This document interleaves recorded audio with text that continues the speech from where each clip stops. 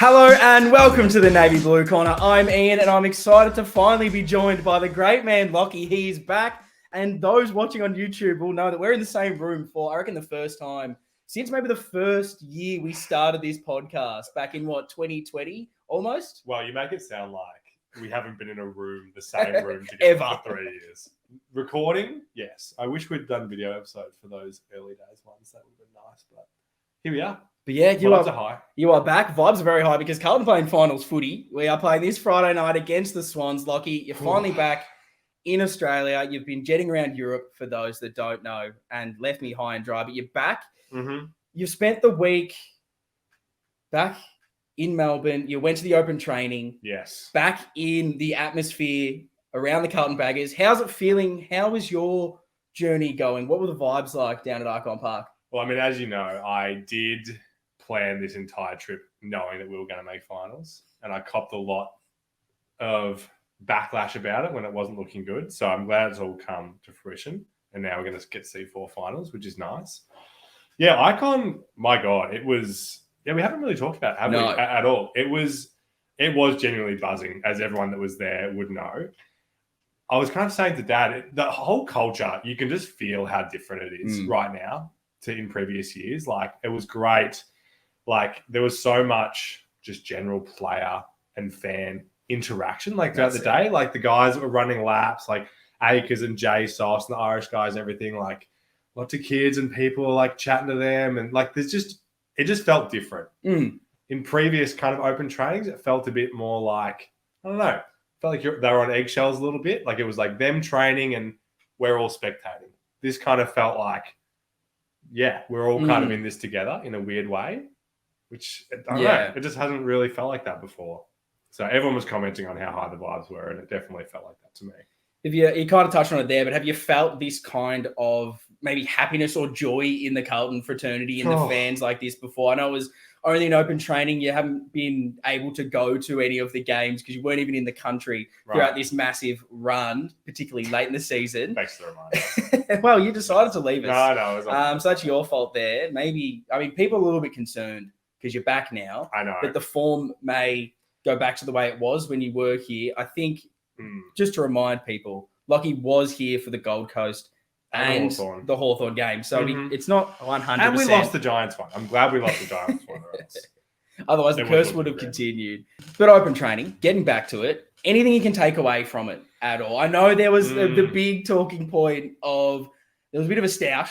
It wasn't as close to the Satant Cameron Cloak days between Pitto and Kennedy, but I mean, the media blew it up. I wasn't there. I didn't see it. Were you able to actually see it happening? And was there anything in it at all? I didn't see it. I must have been distracted at that point. So I did miss it.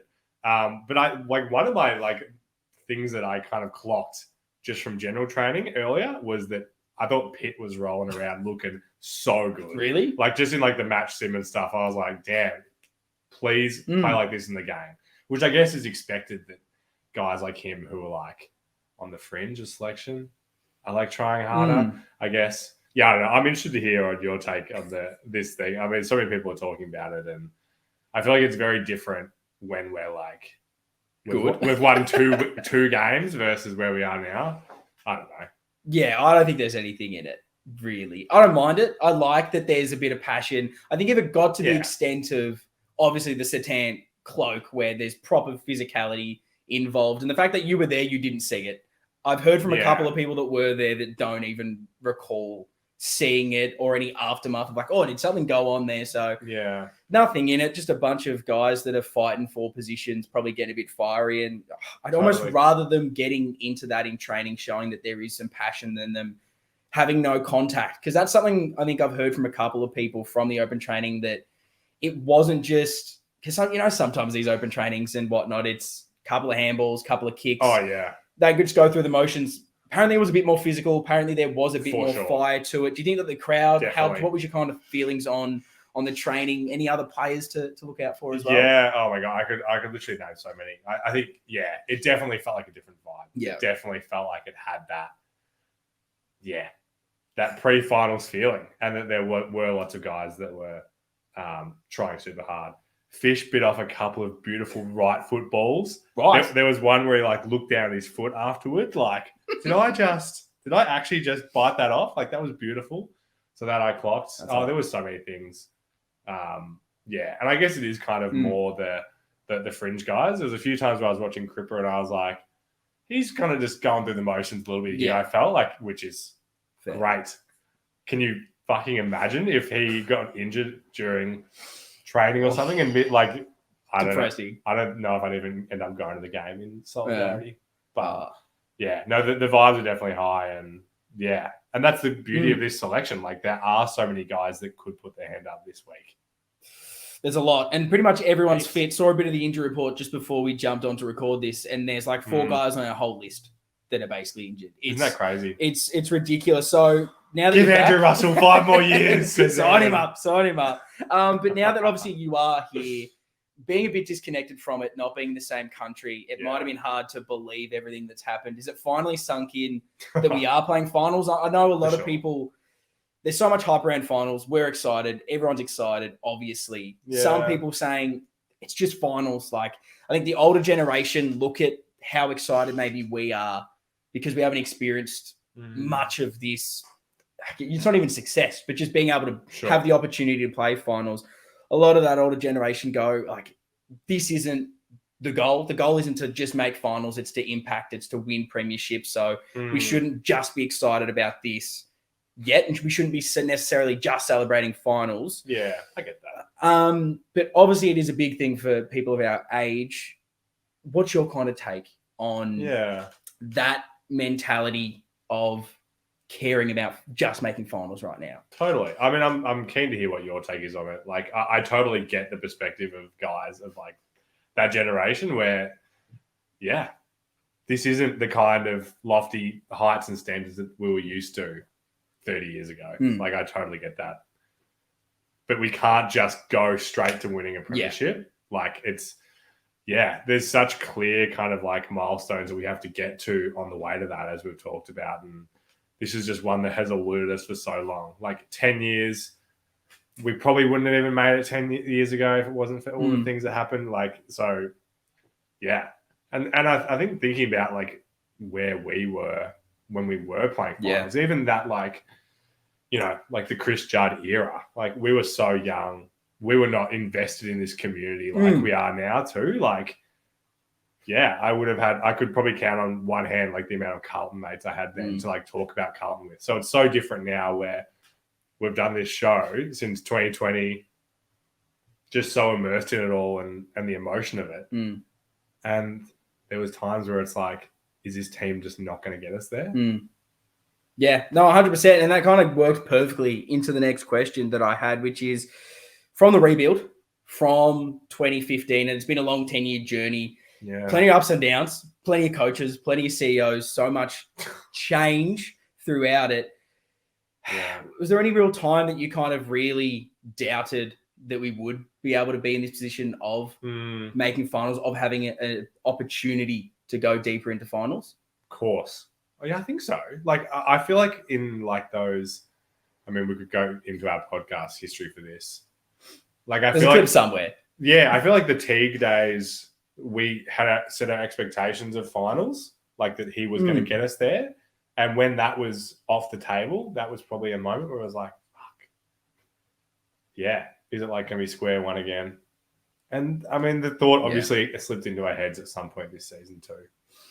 Oh, 100%. No, I agree. Even a little bit. Where it's like, are we not going to get with this team and this coach and this group? I think you always thought with like the Bolton era that was going to probably take us further. And then obviously we just never really clicked out of winning a couple of games a year. And you're going, surely we're at a stage where we're better than this. And it got to that point. Bolton obviously goes, T comes in, immediately shackles are off, start playing some good football. And you think, okay, that was the change that was needed. Now we're going to start to make that jump. And while expectations finals, it might take a couple of years before we get there. End of his reign, you get that 19 goals conceded in a row against Port Adelaide, where you just think everything's bad. Like, the coaching's bad. There's so many issues with this list still. What's going on? And I think by the time you finally get Voss in, there's just that renewed hope of, well, okay, new president. We've got the new CEO. Yep. Who's been able to win everywhere he goes, turn things around. Vossi has a bit more of a better track record, not necessarily as a coach, but as a leader in AFL. Yeah. You start to think, okay, maybe the list is there. You start to obviously have that run last year. Things starting to go well. You miss out on finals at the end of last season, heartbreaking fashion.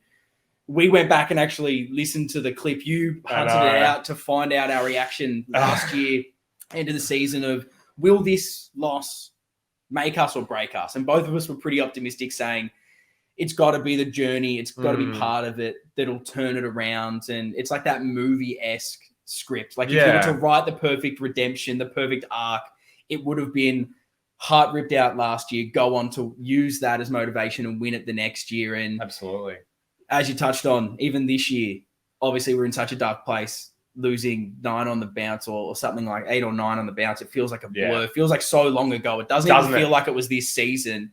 And that was at the point where you've gone through so many coaches. You've made so much change around everything. It was the first time I think I really questioned the list and thought, oh no. Like we thought we had the spine. We thought we maybe still needed a few pieces, but do we need to genuinely trade a top star to rejuvenate things, to fix things? What's the fix now? And that was probably the first time I really questioned that this group couldn't do it. I think I always imagined that we'd just get a couple of pieces on top that felt like a Sard, Williams, a Chera, and then an Akers as well. That, list feels pretty ready to go. And then this year sort of really ruined that. And to turn it around and what we've been able to accomplish, I think this season, just to get into finals for one, but it feels like we can actually contend now. This isn't just we go out there, lose to Sydney and, all good, we made finals. This is we can genuinely go all the way. Is that how you're feeling with how it all plays out now? Do you truly feel like this group actually can contend? And how deep do you want us to go? Obviously, it's a grand final, but there's always that pass mark for you. Is it premiership or bust, as you love me to always ask the question? I love the or bust questions. Yeah. Wow. It's an interesting topic. I know there would be a very broad range of responses from the community. Like, if you look at it at a perspective of us talking after the Essendon game, and you said, if we make a final, is that a pass mark? We would be like, yeah, I'm taking we passed from this point. And then even from the start of this season, do you think? Because I feel like if we went back to where we were preseason, you were kind of a bit more like, well, there's a decent chance that we might make finals with how things would go. So then just making a final would have been a pass. Would you say? It's tough, and I've been rattling with it. I think the interview we did with Kuda preseason really kind of changed the way I maybe looked at a pass mark, looked at those targets that we set out before the season. It's win the flag or it's a fail. And interesting. I don't necessarily think that's a bad thing, because we always touch on what does a fail mean? Because if you don't hit the target, then does fail mean blow everything up? What's the pass mark? And I'm kind of at the point where I think the culture needs to be, if you don't win the flag, it was a failure, because you didn't do what we're meant to be doing every single season, and therefore you still need to improve. You need to fix things. But as far as maybe the floor of things, I think finals was it. But goalposts kind of move for me now, and I'll be incredibly disappointed if we don't win at least one final. Absolutely. If we don't win 2 finals now. Like, you don't know when you're going to get the opportunity to get the job done. Yeah. We've been waiting 10 years just to get into finals. And just because we potentially make finals this year doesn't mean we make finals next year. You don't know what could happen. Is there issues with players? Does someone get injured? This is, in my whole time being a Carlton supporter, which obviously isn't a ridiculously long period of time, this feels like the perfect storm for everything to work for us right now. Is that agree? Is that how you see that? Definitely, of course. I mean, we've beaten 3 of the teams that are above us. You know, Brisbane have a history of melting down at this stage and like not being able to go all the way. So why not? Especially when you like map it out and you're like, you know, I don't want people to cringe at this, but this is the realistic part. Like if we do win this week, which I believe that we will, like imagine us like playing the Pies. Yeah. And like imagine the pressure that would be on them. Straight sets. We've beaten them already this season. Minor Premier going out in straight sets against Carlton. Like I feel like our boys would be like, we got nothing to lose here. They've got everything to lose. And then suddenly it's tough doing it from outside the top four, not having that second chance, and then what may eventually hurt us is having to go into state to play a Port or Brisbane if that's how things end up working out. Finals prediction wise, which feels insane to say. I'm used to the ladder predictor of can we make finals, and now it's genuinely looking towards the Premiership Cup, and it's not feels good. It's not a joke. It's a realistic thing that can actually happen. But I love it. We've got to take a step back, and it feels like we've done that a little bit so far, but it's a fun episode. We're talking finals. So let's rewind back, have a bit of a more reflection about finals. Now, both of us, we're not very old. Some may say we're very old, but we're 27, haven't seen a lot of success for Carlton, haven't seen a lot of finals. So what we can cover in this, from what we've witnessed live in the flesh, is very limited. So this is where I want the listeners and the viewers to let us know if you're listening to this in podcast form, please, at Navy Blue Corner, in whatever social media you guys listen to this, interact with us in. Let us know the answers to these questions. If you're on YouTube, drop it in the comments below, because I'm keen to hear stories from those that have witnessed a little bit better than we have. But the first question I have to say is, what is your favorite final? Obviously Carlton related. I don't want you to throw me a curveball and say it's Geelong versus insert team in whatever year. They've had some good ones. I want your favorite Carlton final. And Wizard Home Loans Cup is... I mean, it can be on the table if you want. There'll be a lot of roasting, I think, for it. Fev was good, but... He was good. Yeah, I think Baz would like that one. No, I mean, yeah, for me, it has to be Essendon in 2011. Interesting. That was the last one that I was at. And yeah, it was just, I mean, you talk about, we've been able to experience a bit more this year. Like those games where you just know that you're going to win. Yeah. Like halfway through or whatever, you can kind of kick back a little bit. To be able to do that in a final was just like next level. Very, very special day.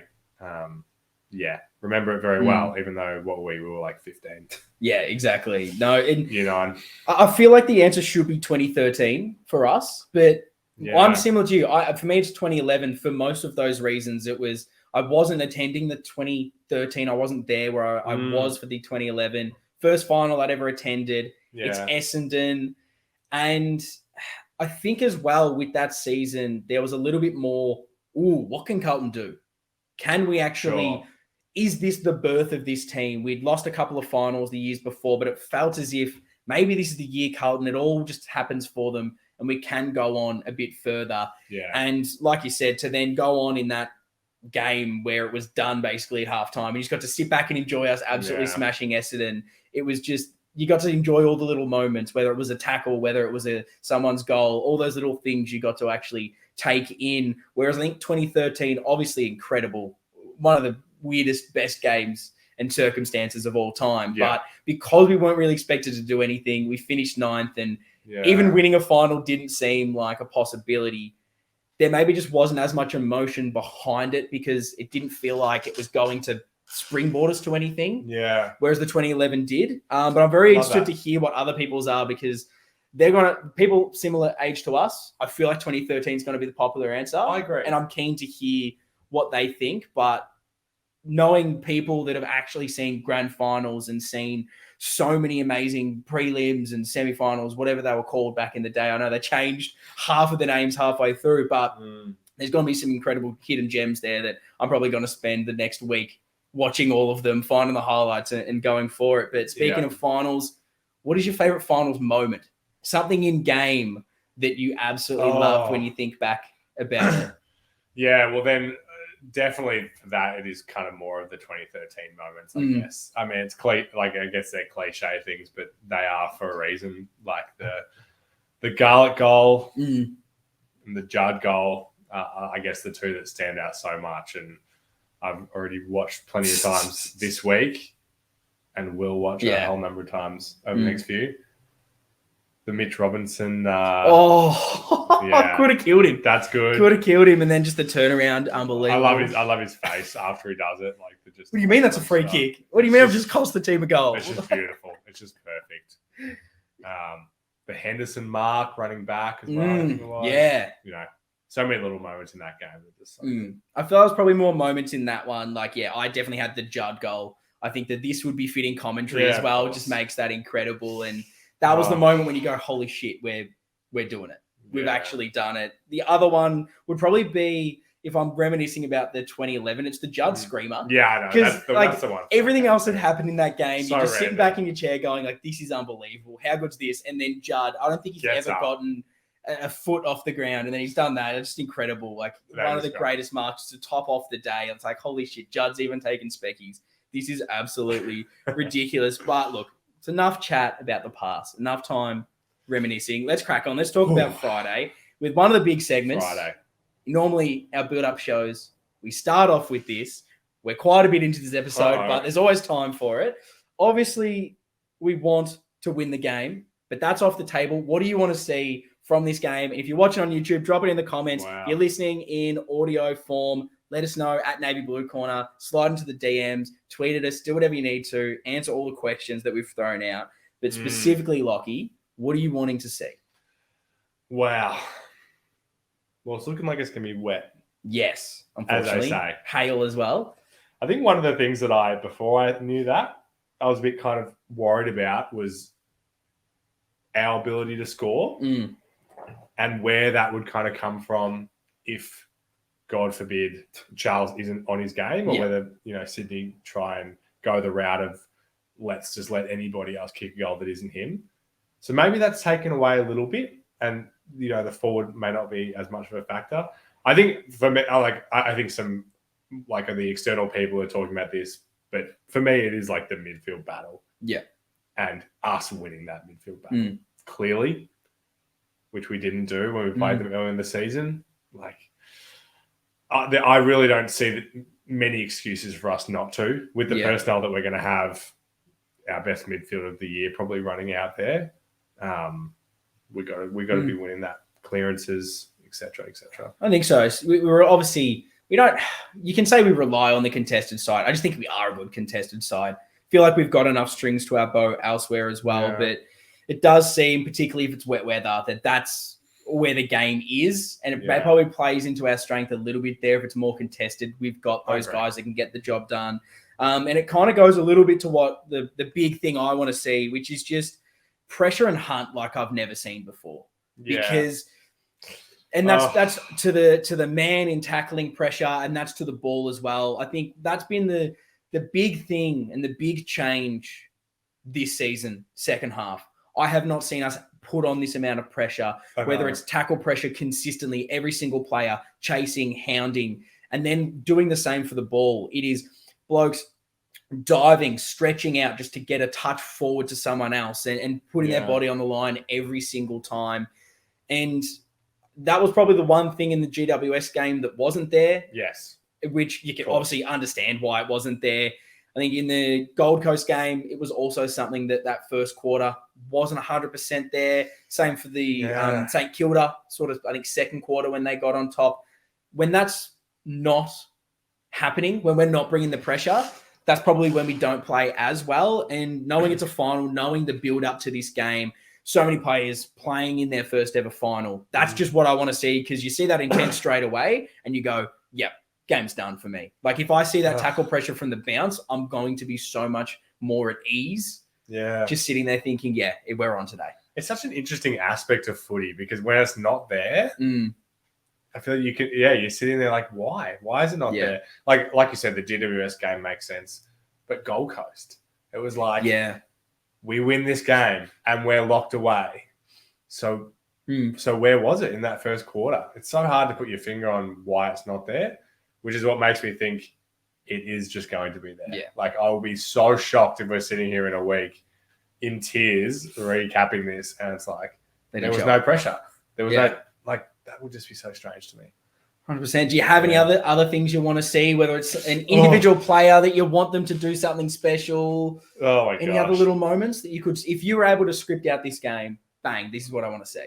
Oh, God, that's an arousing question. That's it's a big one. You would have to let me, think about that. I mean, if I wanted to script out this game,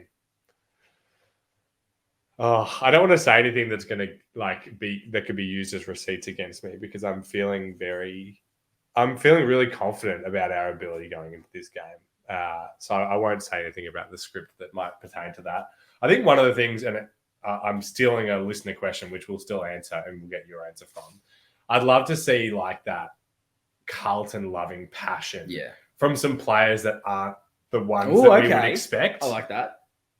Like who? Like we get it always. We get it. No, I'm joking. Like we absolutely love it every time we see it from those guys. But I don't know, just somebody maybe like a George Hewitt or something, like someone like that grabbing the monogram or whatever it is, like that. I feel like that something like that would hit me a bit different. Like, not like that. Who's it going to be that really brings everybody up that isn't always Charles Cripper, something like that. Yeah, no, I do I'd like love that. to see something like that. Although mine pretty much is the opposite of what you want, because I want a Cripper goal. Yeah. We have not. How many weeks has it been, I reckon, since we've actually Cripper seen a Cripper goal? And it's not just anything, because every single season, I reckon, since we started this podcast, we've been able to look back at the end of the year and go, how good was that goal from Cripper where he didn't take a bounce, ran about 700 metres and bombed one in from 50 after taking on the entire opposition? You want him to do that? I want him to do that. I want him to do that this week. Obviously not get pinged for the not bouncing the ball, but I just want a big Cripper goal because he's the one that gets spoken about the most. Never playing a final. That was the big jab. Guess what? Every opposition supporter, AFL media, you can't do it anymore. Him, Doc, Weeders, every single person. You can't say anything bad about these guys. Finally, they're playing a final. They're going to win one as well. So you're going to tick that off. And so I just think all these guys get these moments quite a lot. I'm not sure Cripper has had that individual moment this year. And maybe that's been the turning point where it's been more team-based. Every single player has chipped in, but Charlie's had so many of them. Doc's had a few. Cripper deserves one, and he deserves one in a final. So I just want him to drill one and just a crowd roar. 90,000 Carlton supporters just getting about Cripper nailing one, which he hasn't done a lot this year. I think that would be something special. All Australian squad, though. Hasn't done a lot this year, but, made it in there, which is good. Yeah, look, oh, my God. Wow. There's going to be 120 minutes of footy, and there's just room for so many iconic moments that hopefully we'll be able to reflect on. We're reflecting on these moments from 2013 and 2011. And we've got a handful, and hopefully we can have a whole lot more. Finally get to make a lot more as we progress through this finals campaign, because it's not just going to be one, but in order to make sure that we go deeper into finals and we aren't just losing one game and that's it, we've got to look at Sydney, got to have a look at the opposition. The Swans. Obviously, haven't been the team that we saw last season. They've dropped off a little bit from being able to make a grand final. Still got a lot to look out for. What are those things that if you're putting your Sydney Swans cap on, that you're saying this is the reason I guess Sydney are winning the game, things that Carlton need to stop? What are they? What are the strengths for Sydney? And then I guess conversely, what do the Baggers need to do to ensure that we win the game? It's a big question. It's a few in there. Mate, no. But I need something from you. We didn't discuss this, but I'm using my fence sit. I'm using my pass of the week because I know that you're going to have some good Oppo analysis. This is what we do. We get to the Oppo analysis and you tell me. Because I haven't watched a lot of Sydney recently. Fair enough. I've actually been overseas. Not sure if anyone was familiar with that. So I've only been watching Carlton games the last few months. I guess the thing that I notice about them is when I look at the personnel, who are you scared of? Who am I scared of? Papley? I'm scared. No. You're not scared of Papley? I'm not. This is going to come back to me, so I touch wood, making sure. This is the Carlton show. He just hasn't been in great form. He's been carrying injuries. Haven't seen a lot. I feel as if he's going to be underdone. And honestly, I trust Nick Newman to get the job done and him not be too much. But I guess if you were to highlight a few players, he is that match winner, the guy that even if he's not in form can step up and kick a goal out of nothing. I'd probably say, weirdly, it's Heaney's the weird one I'm maybe a bit more scared of. I feel as if this is the kind of game that he will just randomly bob up with 2 or 3 when you maybe don't expect it. Yep. But it's very similar to you talking about the midfield. I think that's where it's won, because when I look at their defense, I think that's a bit of a weakness somewhere we can exploit. Like McCartan is fine. Rampy is aging. Yeah, he's Blakey's the one, but he's not. I don't love, like, his defensive craft isn't what he's known for. It's that burst away that we saw they got burned by earlier this season. And if we let him just intercept like that and run through the middle, I'm going to genuinely just yell so much at the MCG, because first time he does it, someone needs to put him in the ground. Yeah. And I'm not saying injure him, not saying anything like that, but someone actually just needs to let him know that you're not running in the corridor today. Yeah. This space isn't there for you today. So think twice about it doing it next time. Mm-hmm. And if that doesn't happen, if we just let him free roam 50 meters to enter the ball inside 50 for Sydney, that gets the confidence up. That's not going to help us. And so I think that's an area we can exploit. But then the midfield, Parker, Mills, Rowbottom, Warner, Goulden, there's a lot in there. There's a lot of talent. Yeah, it is. They haven't been incredible this year. They lost against Melbourne at home last game of the season when things were still on the line as far as ladder position. It wasn't as much as us where finals were solved. We couldn't move up or down the ladder. They still had some things to play for. So they do have those match winners in the midfield, but I don't know. I'm stupidly confident that I'm looking across everywhere thinking, I'm the same. I think we're better. So do I. That's good. I don't know if that's a good thing. Yeah, I know. That's the worry, I guess. Like that, they are obviously a team that can really hurt you on the outside. Yeah. Which, when teams have broken out, that's probably where they've hurt us the most. You look at every game this season that we have struggled in, or patches that we have. It's when teams break free. Sometimes the midfield is a little slower and can't get going as much outside the contest when things in the chain break down. But the fact that it is a bit of a wetter game does make me think that that's going to be harder for Sydney to do. And it allows our midfield to step up. We've got enough big bodies in there to win the contested ball, and they somewhat do. But I trust our contested side more than them at the moment.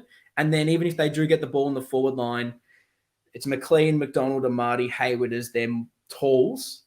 Does the wet weather equal and make this a bit more of a level playing field, taking away our advantage of a Charlie, of a Harry, being able to mark overhead, and where maybe that's not their strength. It's the smalls, it's the Papley, it's the Heenies. Maybe so. Does that level things a little bit? Is that of any concern with the weather? Oh, maybe so. Man, I think we're pretty on the same page. I don't want to go over the top with confidence, but I think we're fortunate. I think that we've got this matchup, and that all the conditions and that we're at home and all those things put us in a really strong position. And it's always really hard when we do these like previews and we kind of like predict, like, if we do lose, what's that storyline going to be? It's hard for me to see what that would be. And like, maybe it's like us kicking 6 goals, 18 or something.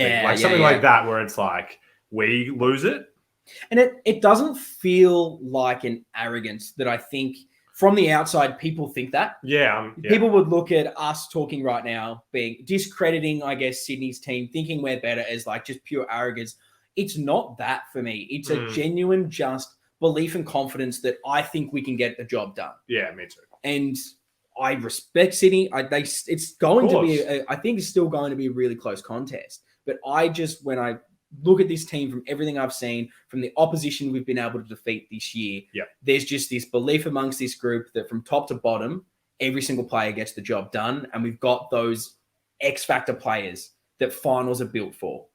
And I think the style that we've seen for how many years in some of these players, it's like, Charlie Kerner built for finals. Totally. Wiedering built for finals. Cripper, Walsh, like so many of these players, we've been waiting for it. I'm just finally keen to see what they can actually unleash. And it goes to that point of, I think if we bring the pressure, bring the work rate, we win.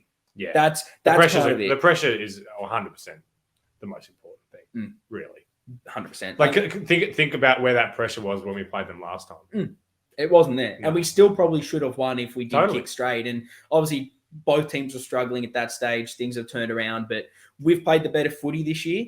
And that's what is giving me that Yeah. kind of confidence. But I'm keen to hear what the listeners think, because I have missed this. I have enjoyed the guests, of course. I've enjoyed curating everything, but I've enjoyed doing all the work on the show. I've enjoyed just having all the control and being able to do things the way I want. But there is that level of mystery anytime we throw out to the listener questions and you're involved, because you take the reins with this one. You pick out the best ones and then put me into the hot seat. And if you want to get your listener questions in, I always chuck them out on Twitter or X. At Navy Blue Corner is where we're at. Chucked it on Instagram this time for the first time in a long time. So those that have been complaining that they're not able to get their questions in, it was on the Instagram story, again, at Navy Blue Corner. But if you ever have a question for us and you're on a different platform, I don't know what you're on, but you want to get your question in, just let us know at that social media. We'll get it, we'll jot it down, and we'll make sure in these episodes that it is covered, because we're keen to hear from you guys. Absolutely. Lockie, what do the people ask this week?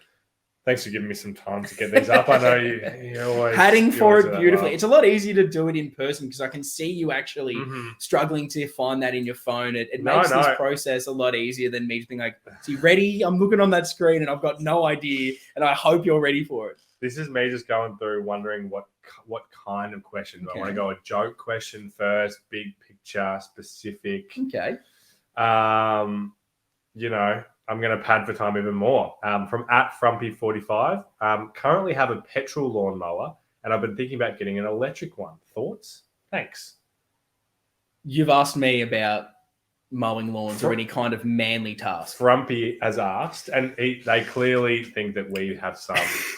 So I'll find the next question while you. Well, this is really outing me as the least manly human being. You've never mowed a lawn. I have mowed a lawn, but I don't think I've mown a lawn since I was like 17 years old. It's been 10 years since we made finals. It's been 10 years since I've mowed a lawn. It's all aligned. Someone give me a lawnmower. I think we're ready to go. Once I do that, we're winning the flag. That's it. And I will use a petrol, I think, because that's what I used previously.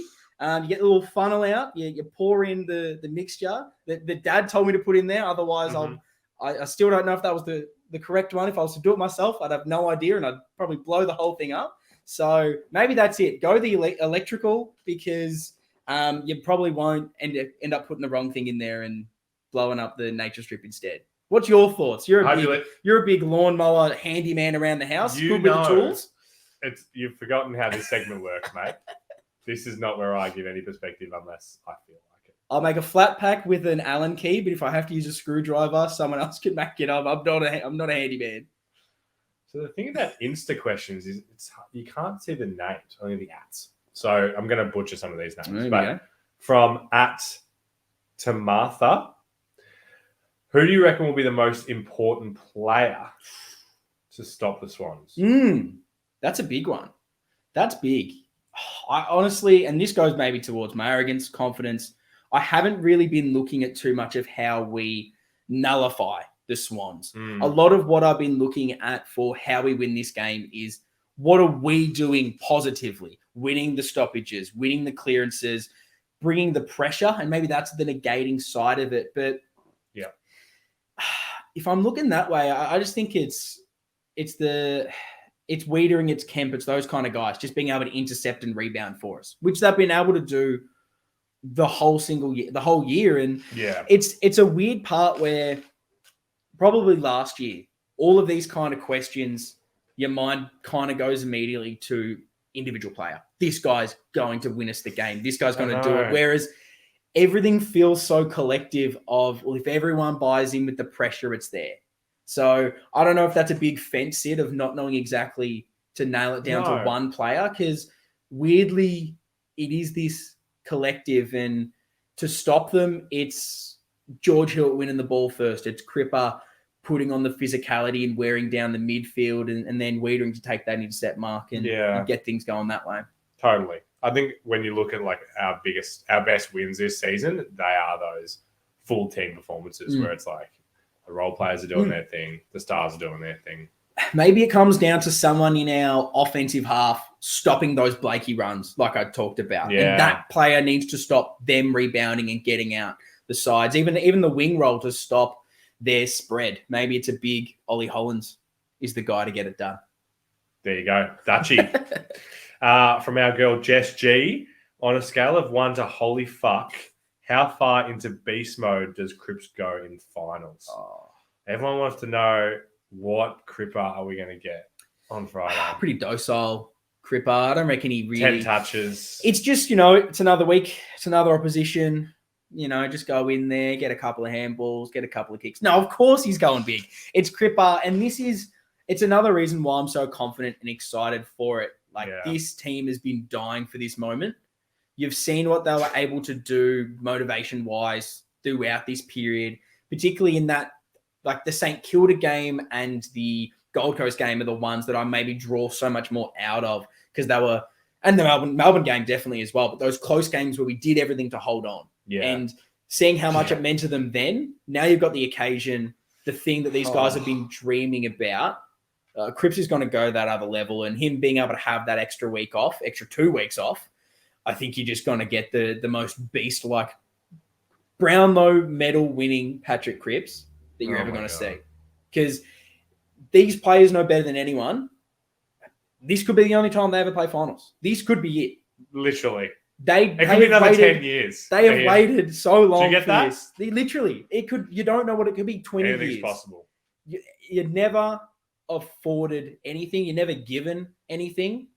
These boys know that you don't just get finals. You earn it. They're going to go ballistic. 100%. Brad Nickel wanted to know our opinions on how we beat the Swans. We've gone through that. Yep. Tick that off the run sheet. Win contested footy. Webby, the great man. The great man. On a scale of 1 to 10, how excited are we? It's a 10. It's a 10. So what are you going to be by Friday? I don't know if you're not going to get more excited than right now. That's what you're telling me. Okay. Let's take Webby's question with reverence. I'm going to mold the scale. Love it. And add to it. Please do. If we're going off that, excitement is probably... This is the thing. I think it's a 10. I don't think I know what a 10 is. If I can say that. At the moment, I'm excited, I'm pumped, I'm ready to go, but I don't think I know the level of excitement you can reach. Yeah. Maybe like these guys. So but the other thing to add to this scale and add to the rating, because I'm loving this from the listeners, is what is weirding me out is, and I've been seeing heaps of people on socials, they're nervous. Yeah. I asked a question on Instagram with the last post of how we all feeling about the game Friday. Yeah. And there was a lot of very nervous. Yeah. I'm a 0 on the nervous scale right now. Me too. Which freaks me out because I'm normally the most tense person. And I know in the game I will be because I'm still that fan for as much as I think on the podcast we talk about how positive we are that when I'm watching the game, I'm shitting myself. We could be 30 points up, and until it's the Lee Matthews rule and it gets really, really close to the time running out that I finally get to relax. But other years, other games this season, I've been a lot more tense in the build-up. Maybe it's just because we haven't experienced this in 10 years that it's just this feeling of take it in, embrace it. You don't know when your next one's going to happen. So just... Why be nervous? Why be nervous? Why worry? Believe in the boys. Can I give you a devil's advocate? Go for it. I like this. Changing the position too for those on YouTube. I like it really. This is first time I think we've done this in a long time, and this is the real interview question. I'm ready for you to get the notepad out and be like, now this is very important. So give me your best. Well, I feel like you're going to go off on anticipating question. But just hearing the way that you spoke then about that kind of not being nervous. Yeah. Is that because deep down we have hit your pass mark, and this is a bit of a free hit? Because I catch myself with that kind of thinking. I like the question. I don't agree because if I gotta think about it. It's a really tricky. If we lose to Sydney, I'm going to be so disappointed. Me too. Because as I've been so confident in this episode so far, it feels like we should be beating Sydney. I expect us to win. So if we lose, I'm going to say, wow, what a wasted opportunity. We should be beating Sydney at home. Yeah. The next game, maybe that's a little bit more of, well, okay. Yeah. Beating a Collingwood or a Melbourne, we're a good chance to do it. But, okay, these are really good teams. They've had a week off. you never know what you're going to get in that circumstance. But I don't know. I think it's just this ridiculous feeling in me of, I don't know what I'm worried about Sydney, because I just believe in us. I know. And I'll come back to haunt me, and I'm happy to. Actually, not happy to, but I can cop it. But that's happened 20 times this season. We've been confident and had to front up. There's just so much more positivity inside me that just thinks, no, we can get this done. Yeah. There's trust for once. I agree. I haven't had in a Carlton side in a long time, which we often speak about it. When have you, and maybe this isn't necessarily it, but when have you been able to go to the footy and just go, I 100% believe we're winning today? Yeah, no.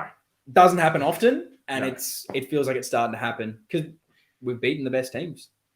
Exactly. Take this question however you want. From Layla Yubi, 123. Judd or Cripper? Oh. Don't know what that... Judd or Cripper? Wow. Judd or Cripper... Yeah? Yeah, I'll take it. I'll fence it, but I'll have fun with it. Have fun with it. I think, and now this is very rude, and maybe we need to, it's not meant to be this way. Someone might need to make sure this never sees the light of day if we end up getting the big Judd man on the pod. I would say like person I'd want to have a beer with and hang out with, and that way, it's Cripper every single day. Sorry, Juddy. It's not you. Player, peak. I think Judd's obviously better, more well-rounded. But would I replace Cripper right now for Judd?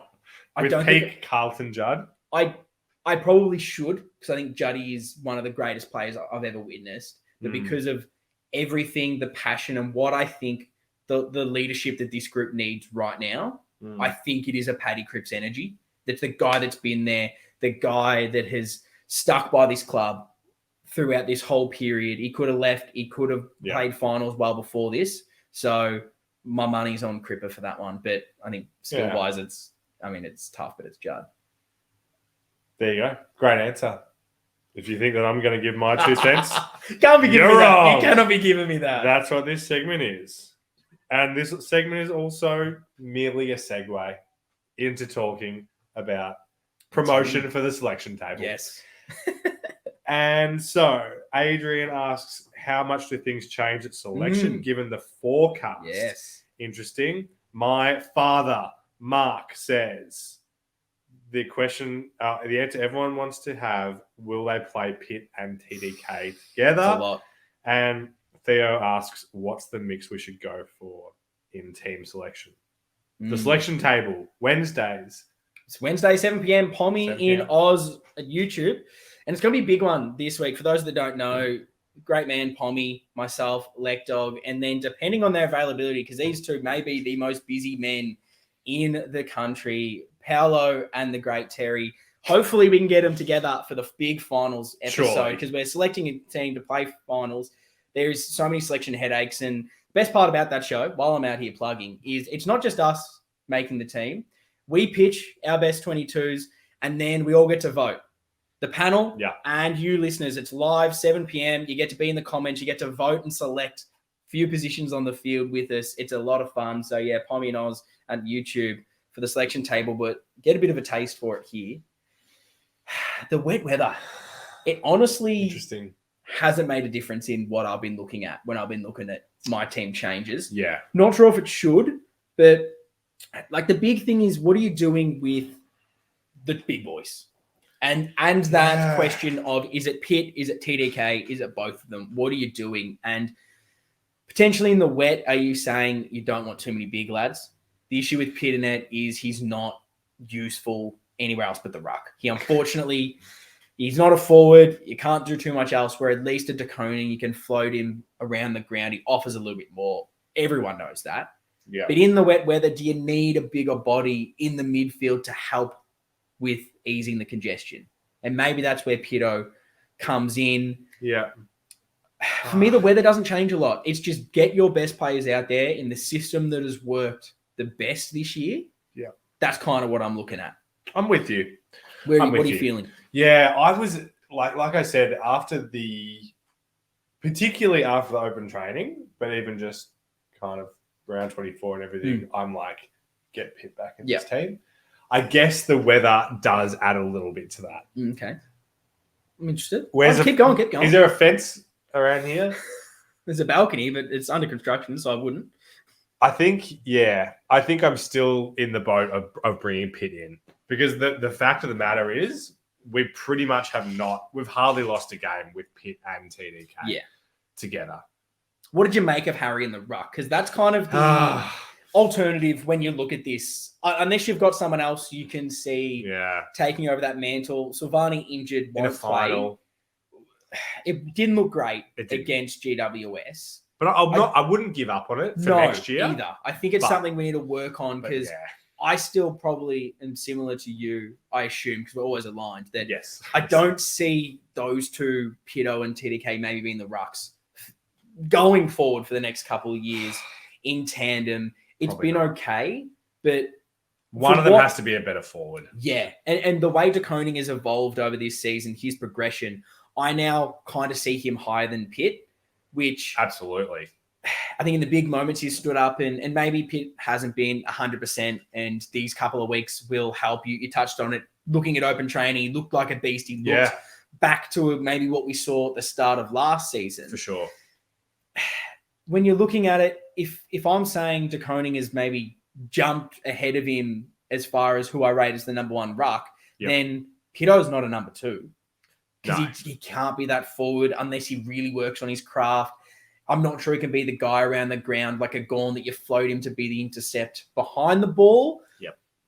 It's kind of Pitt's number one, TDK is the second. I think De Koning's now the first. Yeah. I think going forward that we got to have to try something else, whether that is Silvani, whether that's Harry needs to chop out, whether we pick up a player. I don't know, but in saying that, right now, I don't think we can go into the final with Harry being that other ruck. And I want to see what Pitt can do, because you kind of missed maybe little things of him. And you get a week to look at it. Does any part of you, I know you can't take things too for granted, but does any part of you look at this Sydney game with the expectation to win of you can try to see if it works one more time, and then... whether that is Pitt or the other that you're wrestling with, just give it one more go with Harry. Well, yeah, because the other. Sorry to cut you off. I've been doing it a little bit, but with the other thing, I think when you look at this dynamic is that opportunity cost of if you take Pitt out, don't bring him into the team, and Harry is the second ruck or whoever it is. Bloody throw Matty always in there. Doesn't matter. Yeah, we're winning the stoppage. It's who else do you now get to bring into the team? Does that allow Dow? Does that allow you an extra forward with a Dirt and I don't know what you want to put in there. I'm just throwing out random names so it doesn't go into too much of my changes. Yeah. But what's the opportunity of cost of Pito? You bring him in, you're better in the ruck. What's the potential loss there? So I guess if you're looking at your team and who you're bringing in, the makeup of it, is there someone that you maybe don't have in the team due to Pitternet being in there that you would like in?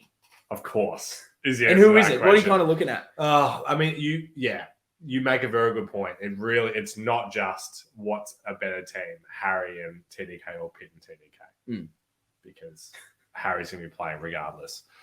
Like if we did, it's always like the hindsight thing. Like if the team gets named on Thursday and we're not going with Pitt and we're going to do the Harry thing again, then I'm going to be like, sure, let's go for it. Why not? Bring it on. Like no one was trying in round 24. Yeah. Like Harry's gonna bring it, and I mean he doesn't have to. Yeah, he doesn't have to get 10 hit-outs to advantage.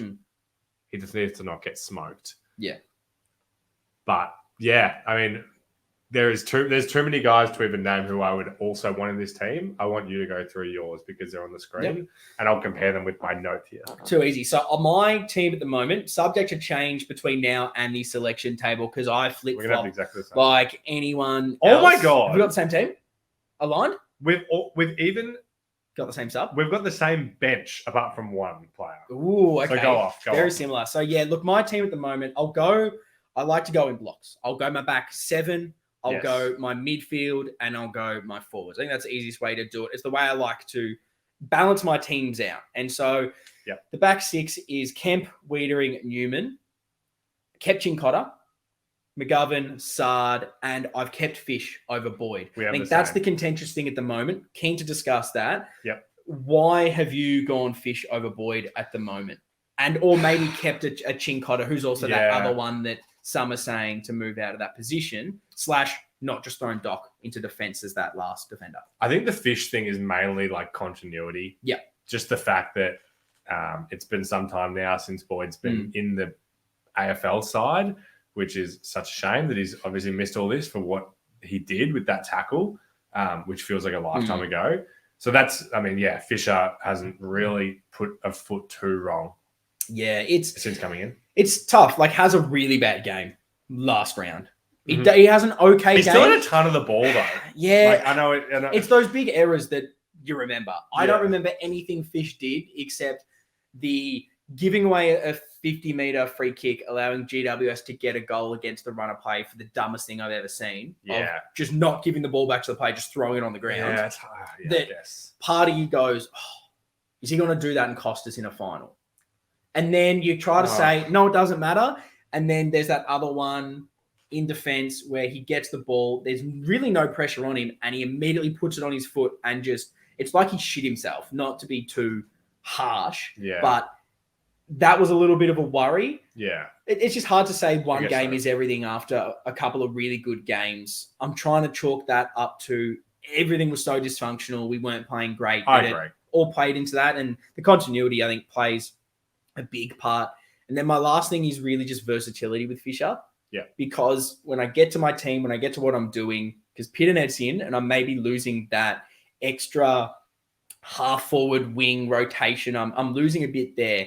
I've got Doherty on the bench at the moment in my midfield. Everything's getting rotated. I don't think the starting teams necessarily matter. But because I've got Doc being that wing midfield rotation, if you need to change anything up and you want to throw Doc back or you need an extra forward, that's where I think you've got Fish at least in defense that you go, okay, we'll go play half forward, go play wing. Whereas with a Boyd, if we're needing something higher up the ground, I know he has played some wing at VFL level. He might have played one game as a small forward at one stage in his career, but the versatility of Fish and with Doc being that other pivot player that can go into multitude of positions, I just think that works really well. And then I just like the Chincotta defensive first, who can gut run, allow all the other defenders to do their best, to go off their man, to go for a run, because you know Chincotta's rock solid in defense. Exactly. I agree with you. Going into the midfield, it's De Koning in ruck. It is Walsh, Chera, and Cripps in the guts, with Akers if fit and Hollands on the wing. I think it's pretty simple. They're all our best players in those positions. I know there's been some conjecture about dropping Hollands. I find that bizarre, personally. Because I've dropped him. Really? As I'm looking at this, I did this on, what day is it today? It is Tuesday. I did this on the weekend, and I'm wanting to change it now. So, yeah, I agree with you that I probably would bring him in. Yeah, my thing with Hollands is when you're looking at proper wingers, run back and forth, pressure, work rate, defensive capabilities, all of that, they're the 1 and 2 in our team, Akers and Holland. I've worked perfectly in tandem all day. You know what you're going to get. You know they're not going to stop. I like the idea of just having those two. You've got them. They're going to play wing all game. Perfect. And then if you need a pinch hit, someone like a Doherty in there for a centre bounce, if you need to throw a Fish there for a second or move like a Chera, Walsh, those kind of guys, you can. Yeah. But I want my standard wingers. And I think maybe the contentious guy is maybe Matt Cottrell in that. He's probably the other guy that's played wing. Yeah. I've said this a lot on the selection table, and this is probably where my head ends up going is like, what are you bringing that is better than what someone else brings? What's your point of difference in the team? Cottrell's is he can play half forward, but I would say Hollands is a better winger. And what Hollands has been able to do, defensive efforts and all those things, Cottrell's good, but I just think Hollands is a better winger already. Yep. And I trust him to run the whole game there if you need. a bit more than Cottrell. So that was sort of my two that I was balancing between. But I thought that everyone was immediately just dropping Hollands. I thought that was a weird move, but I'm happy to be convinced otherwise. Totally. I think, no, everything you say there makes sense. And you've definitely talked me into changing my team. I think as I was doing mine, I'm like more grappling with the fact of like less about positional things and more just about who the guys are. Yeah. So, spoiler alert for yours, I had Fogarty in my team. Yeah. Because it just feels like he's the kind of guy that we want in this game. Yeah. I understand with that. what he brings. He's what I would be doing is meaning, removing wing capability and probably putting Walsh and Doc having to share one wing, which in hindsight I probably wouldn't actually be doing. That's the tough thing because you've got so many guys that can rotate on it. And I love versatility. So maybe I'm going against what I always preach. It's just probably in this lineup, wings are the position I just like saying, stay there. Yeah, totally. I know what you do every single time and keep that there. Then to rattle out the midfield, it's then Hewitt and Doherty, who we touched on, that can kind of do a bit of everything. Yep. And that's why Fish is in that squad, just for that rotation. Forward line, and sorry, Pitt as well on my bench. I've gone the two rucks because I just think we function better with them. And when I get to my sub, I think it kind of makes sense what I'm ending up doing in that. Forward line would read Motlop, Harry, then Cunningham, Martin, Charlie, and Owies. Stiff one to miss out is definitely Fogarty. Yeah. It's not Durden for me. I think he comes straight out for like a Motlop coming back into this team. But Fogarty, he brings the tackle pressure. But I feel as if Motlop has started to bring that tackle pressure. Feel like Owies brings that pressure. Martin brings that. And it was the opportunity cost was Pitt or Fogarty in this team. And when I'm looking at that forward line, it's that point of difference. What do you offer? For me, Fogarty offers tackle pressure that you can trust and ability to pinch hit somewhat in the midfield, but he's not excellent. Because we've now got so many midfielders back, I think that takes away the midfield role, particularly if I think Cunningham I'd rather in there over Fogarty. And then because I think everyone else is now bringing the pressure, it's like, well, Martin brings tackle pressure, but can kick goals, can mark the ball a little bit more inside 50. Motlop is literally just can kick a goal out of nothing. Out of thin air, can make a magic moment happen. Always has been our best small forward in his capabilities. Cunningham is the cleanliness I think you need around the ball. Love that word. And that's kind of what I was looking at going, I feel like everyone else brings something a bit better than Fogarty. Yeah. But I am worried to an extent, do I need that extra tackle pressure? And is that what I'm losing by having a Hollands that is just wing, having Pitternet as that extra ruck? Because my sub is Cottrell, because that is the other area where if I'm realizing we're too big and Pitt needs to go off, or I need some extra run, I need something else, I think Cottrell then allows a wing rotation, he allows a forward rotation. You can kind of plug and play him anywhere that allows you to move other things around. Yep. He's that, I don't know what the word is, but he comes in and he allows everyone else to move around as well. But I don't know. He always feels like, and I've said this every single week on the selection table, he's the ideal sub. Yeah, I know you love him as super sub. Yeah, Fogarty's probably the stiff one to miss. What are you kind of thinking? Well, because there's also a guy that we haven't spoken about in Paddy Dow that we've dropped from this team. I was just going to say, spoken about. You've definitely sold me on not having Fog in there. Like, I think that mix makes so much sense. And that team to me looks fantastic, except for the fact that Patrick Dow is not in there, which is just great. Like, it's just, it makes sense, but it's just crazy. It's so stiff. It's incredibly rough, but who do you take? And that's it. And then how many midfielders can you have? The only way I can see Dow being in the starting team. Yep. And I think he if you're rewarding on like merit from what they've done, he deserves a spot. But you're taking Cripps, you're taking Doherty, you're taking Walsh, you're taking Chera, you're taking Hewitt over Paddy Dow, unfortunately. Yeah. And the only way you do it is if Fisher comes out, Doherty plays full-time defense, and you need one extra midfielder. Could they do that? There's every chance. Possible. Because I guess Doherty's a really good defender. You get that class in defence when you need it, and you keep rewarding Paddy Dow. However, it's the reason, again, Fogarty misses. You want system, but you also want your best players out there. Yeah. And I would say every single player I've kind of picked in those positions, much like Fogarty, I would rather have, if you put a lineup, that this player or this player, unfortunately, those two would pretty much miss out every single time. And it's just that hit and net decision that stops that Cottrell Fogarty getting a game. Whereas I just think we have too many midfielders for Dow to get in, which is it's sad. You want him to have that moment. I know. Yeah. I can definitely see them making him the sub because we've rolled with that big body midfielder almost every single week. I think he ends up being the sub. Maybe a Kennedy ends up being a sub. Who hasn't I was had a lot of form. Him, yeah. Ed Kerno. Ed, does he get another run? Would you be surprised if Ed Kerno was a sub? I wouldn't be surprised. Neither. He's like that Cottrell in a way of you can play him on the wing, you can play him in the guts, you can play him forward, can kind of do everything. Yeah. He does have a bit of energy to come on late, and maybe now that he has announced retirement that he's going to be trying like hell to get one more kick to Charlie for a goal. And is that something special that can really will you to play above and beyond? It's incredibly a tough decision. And I've tried to just go, who do I think our best players are that are fit, that have played games of football? That's it. But it's very tough. And I'm keen to hear what teams you guys have got, what you've got as the guys coming out of this team, because there's so many different avenues I think you can go with it. So if you're on YouTube, drop it in the comments, please. Your 22, 23, who's in, who's out.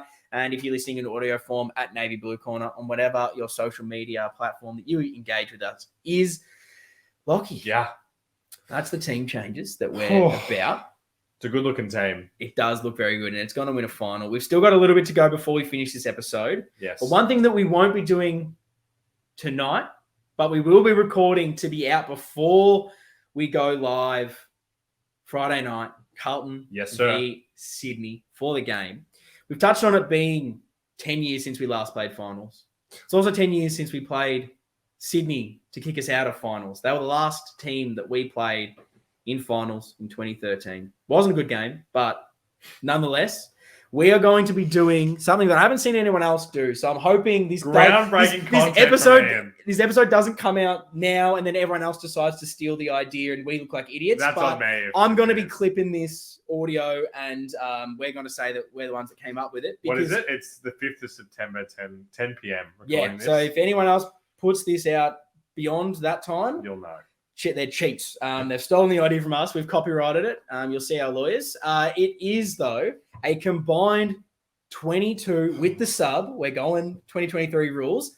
Combined 22-23 of every single player that played in that losing final in 2013 is available for selection. And everyone currently available for selection with the current team. Combined, what are you going to do? So, unfortunately, guys like Zach Williams, not available. Yep. Guys who just were on the list in 2013 but did not play against Sydney, you can't pick them. And just to rattle off some of these names for you, I've got a list here. It's exciting to see who can break into this team and just what we've got. You've got guys like Walker, Murphy, Gibbs, Judd, Simpson, Yaren, Betts, Scotland, Waite, Dygan, Ed Kerno. Can he feature twice? Are you allowed to say, I want 2023 version Ed Kerno and 2013 on each flank version? Like, there's so many players. Zach Tui, another one. Jamison. Like, the team is actually really good. There's a lot that could fix some problems. So many avenues you could go down. There's a chance you don't select anyone. You say, no, the team we got right now is good. The team we had back then is really good. Keen to hear that one. Keen to record that. That's going to be a hell of a lot of fun to discuss as we go throughout it. I'm still not convinced on the team I have, and I still am ready to make so many changes and tinker with that before we end up recording. But stick out for that. Make sure if you're on YouTube and that's where you engage with us, subscribe so you don't miss that. It'll be in the subscription tab when it is released. You won't have to go searching for it. And wherever you listen to your podcast, hit follow, hit subscribe and whatever it is there. So it'll be in your recommendations straight away. You don't have to go searching. It's going to be there, Lockie. You love the plugs. You're good at the plugs. Need to get them done now. Couple of last questions before we go. Before we finish this podcast. It's been nice to be in the same It's room nice. with you. I feel like I don't know how I'm going to be able to go back to the yard. I don't get out of my house. I don't want you in here. Okay, I want the feeling's divide. not The mutual. divide between the middle is perfect. But no, I mean, take a step behind the curtain. We're this deep in the podcast. I'll be honest. The start felt weird. Felt weird with another person. Oh yeah, being in my space. We've come into it now. But it has just felt like 2020 all over again, except Carlton are good. It's great. Love to see it. So, talking finals, I'll leave with two last questions that I want the listeners, I want the viewers to give me answers to as well. This goes out to everyone. No fence sits for us. Yikes. Firstly, finals. We love a best player. We love a ranking. We love all of that. So who will be the player of the final series for Carlton? Because we're not just having one game. No, so we're having the full experience. Who is going to take out the Carlton finals MVP? Who are you predicting? We'll add this in the end of season review as the finals MVP prediction to see how well we went. Do you have your guy off the top of your head?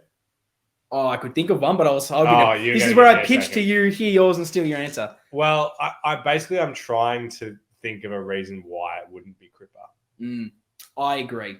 It's just Cripps to win. Yeah. It's his to lose. It's Cripps or Curnow. Is not to go too far down my next question, but is there another player who's one of our better? Literally your next question. No, but one of our better players, like a Walshy or one of those guys. Do you see because Chera's been probably one of our better players. Yeah. Do you see that happening? Can you give it to a defender like Wiedering if we're winning games of football? I know. But that's why, as I'm going through my head, I'm like, tell me why this player is more likely than Cripper. And it's going to be across 4 games. I'm not saying he's going to be the bog in every single one, but it just feels like the Norm Smith. Just feels right, doesn't it? It does. Symbolic. Yeah. No, I just think, like you said, he's made for this. He's waited his entire career for this month. He's done everything he could possibly do except play finals football. He's just not. He's just not going to be the guy that lets this opportunity slide. I don't think. But if you've got anyone else that you think can do it, that's not Patrick Cripps. I want to know, and I want a reasoning. Give me an argument so you can convince both of us who are we're not fence sitting. We know where we're sitting. We've got a proper seat. We've got a chair. We know what we're doing. It's true. And we're strapped to it. But the other question, not 100% what I just asked you, bit different. I want your underrated player. Anyone that you can see be that surprise packet in finals, the guy that you maybe didn't expect to step up. It's not your Walsh. Oh, wow. It's not your Paddy Cripps. So many. That you think can step up, go to the next level, and be that unsung hero of the final series. Because we've had a guy like Nick Newman, I think, has been weirdly the unsung hero of the season. A guy that I maybe didn't have in my best 22 to start the year. Maybe. Well, I mean, someone might have to go back and watch. We might have deleted that video. There. Who stepped up, and even if he was best 22, which he rightfully was, should be, I'm an idiot, he still wasn't what I think we've seen this season. Not what we expected. So he's been that unsung hero. Is there anyone else you think is just going to take finals by storm, and we're just going to go, he's that big moment player. We didn't know he had him, but oh my God, when finals turns around, this player becomes a new man. Isn't that why this team is just such a beautiful thing at the moment? Like, could be anyone. Tell me a player that will definitely not be that guy. Like, and I would love to hear that. The guy that comes to mind for me, I'm guarantee is stealing yours. I probably because he's your man. Don't you just feel like Jack Martin could just take these? It wasn't mine, but that I was thinking, is he too obvious? Like literally in every player I think of, I'm like, that's obvious. Yeah. I'm like, why couldn't it be Wiedering being like the absolute, like literally any player I think of, Akers, he's been there. Jack Martin is like, if we make the grand final, and when we make the grand final, and if I was a betting man, which I am. 2 hypotheticals, which are just reality. Sure. We're already there.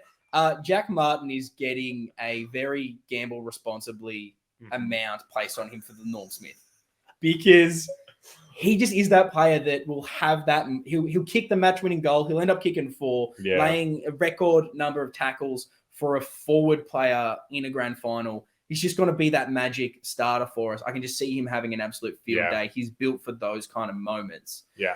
But the guy I was going to say that was my built for finals, weirdly, is a guy that some may have dropped for this game, is David Cunningham.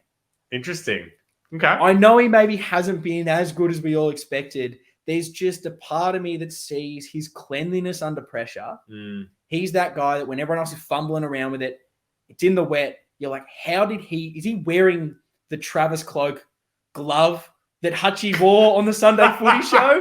That Lordy, hey, don't throw that ball. Don't throw that ball so hard. I didn't catch it, which is one of the greatest bits of TV, trying to show off this glove and it doesn't work. No, not that hard, Lordy. So good. But he just somehow picks the ball up like it's a fresh summer's day, 30 degrees. It's true. There's no humidity at all.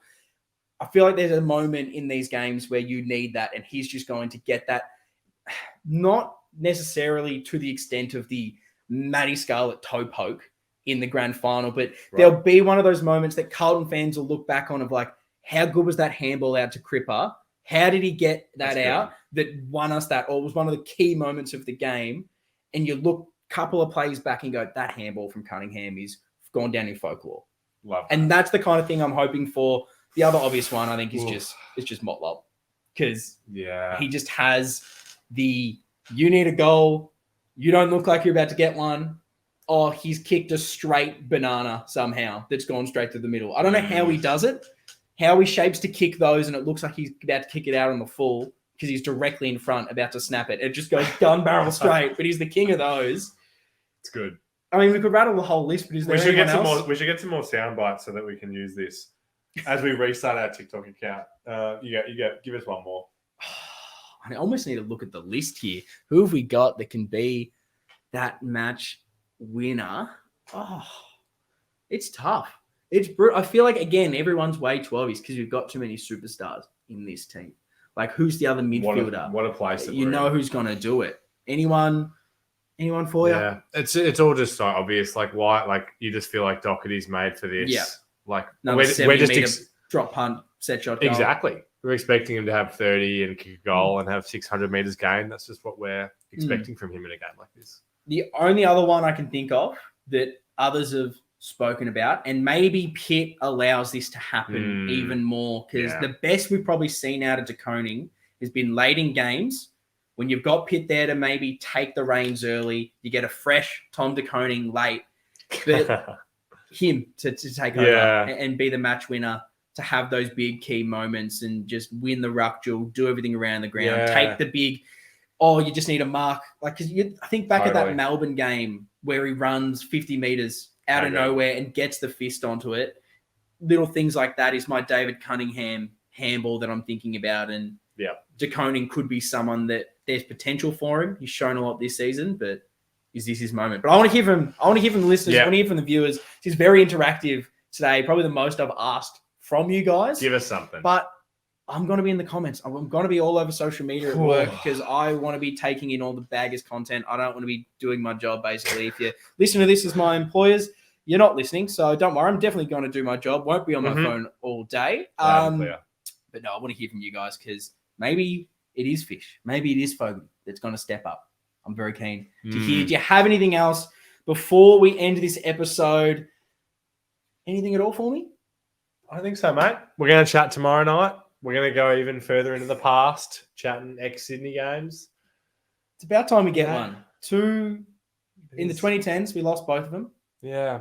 About time we beat Sydney, but the one thing that gives me more confidence, if I wasn't already over-arrogant and overconfident, both of those games were in Sydney. We're finally at the G. We've got 90,000 baggers. 7 Nation Army to get us rocking. You haven't experienced that just yet. I'll tell you what, it gets you up and about for that first bounce. I don't care if the whole thing's snowing and the hail is size of bloody houses. It's not going to matter. We're going to be out there with our ponchos, with anything we can do to stop that weather. But the baggers are going to win. We got one more episode to go before the final is played. It is that combined 22 from the 2013 team that last played a final, and now it's going to be a lot of fun, very interactive. Keen to hear from you guys. Like, subscribe if you're on YouTube. Make sure you never miss anything. We're like 2 subscribers off 700. So get that done. If you've stuck around for this whole thing and you're watching right now on YouTube, enjoying, and you're not subscribed, what are you doing? If you haven't made a YouTube account, maybe that's it. Make one. Make sure we're the only ones you subscribe to. Get us to 700. We want to try and get us close to 1,000 subscribers on YouTube by the end of the year, because then we can maybe go live a bit more, get some giveaways and things like that for you guys, make it more interactive, more fun, get you involved a lot more. Get us on social media so then you never miss a post. Follow if you are listening in audio form so you don't miss an episode. But that is going to wrap this up. The Baggers are going to beat Sydney. Vibes are high. Lockie's back in Australia. He's back with me in person. It's like the first time I've seen him since he's come back from Europe. Up the bloody Baggers. See you guys next time.